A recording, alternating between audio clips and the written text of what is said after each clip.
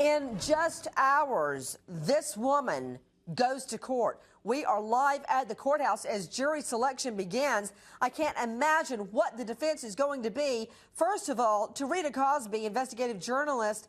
Rita, it's my understanding that their defense is going to be that she got the baby lawfully.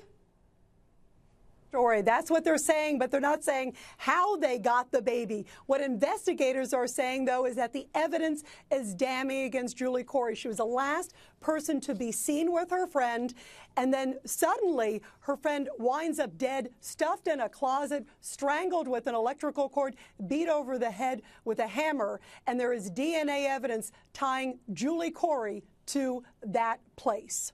Let's see some of the crime scene photos that the jury is set to see in just hours. We are waiting for court to kick off in this trial. Unleash your lawyers. Joining me, defense attorney Peter Odom from the Atlanta jurisdiction. Also joining me tonight, death penalty qualified prosecutor Eleanor Odom. First of all, to you, Eleanor, the argument is going to be that she got the baby lawfully. All right.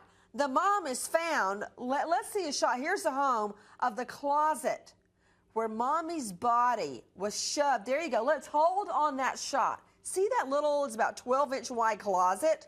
The jury is going to see this. They may even get a tour of the scene.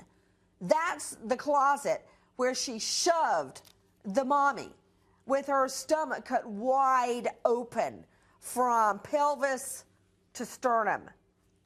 You know, Nancy, physical evidence doesn't lie. Isn't that what we always say? You've got the DNA evidence, which places the defendant right there. Plus, you've got premeditation all over the place. This is something she planned. That she said she was going to have a baby, and she did everything that she could to get that baby, including this brutal, brutal murder. How do you get around the fact, Peter Odom, that for months she lied to her boyfriend saying she was pregnant? Look, they've got two choices here for a defense, and it's a very tough case for the defense attorneys. They can go either with insanity, which frankly I think might be the better outcome, and second, or I didn't do the killing, I just ended up with the baby. Now, either one is a risk for the defense. They've decided to go with I ended up with the baby lawfully, but I wasn't there for the killing. How do you end up with the baby lawfully? Alexis Weed is traveling to the courthouse. Alexis, what's the defense? Well, Nancy, you know, the prosecutors have asked for phone records in this case, and so she's going to have to explain why. Why was she at this location where the victim lived within hours of when she would have been killed?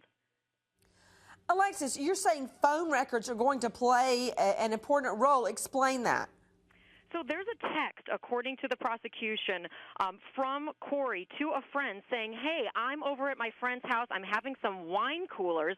And this allegedly is at the time when she would have been killed, when the victim would have been killed. What? Alexis.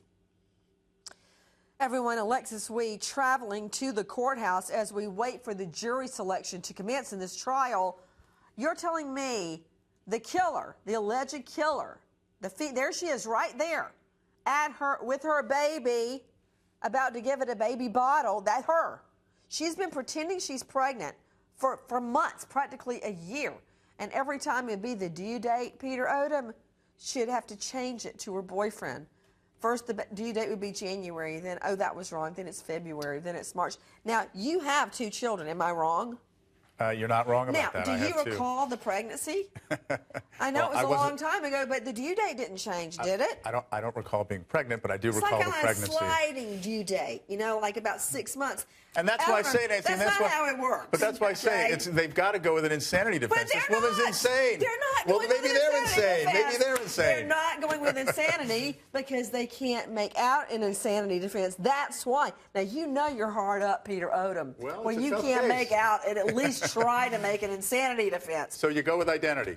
Oh, my God. Nancy, this is... Okay, now, whoa. We don't say OMG. Oh, well, I am sorry. So back that up. But this case cries for it because, as I said, you just see the premeditation. And then, of course, when she couldn't fit in her correct date, she kept having to slide it out. So, obviously, they can't go for insanity. But there's no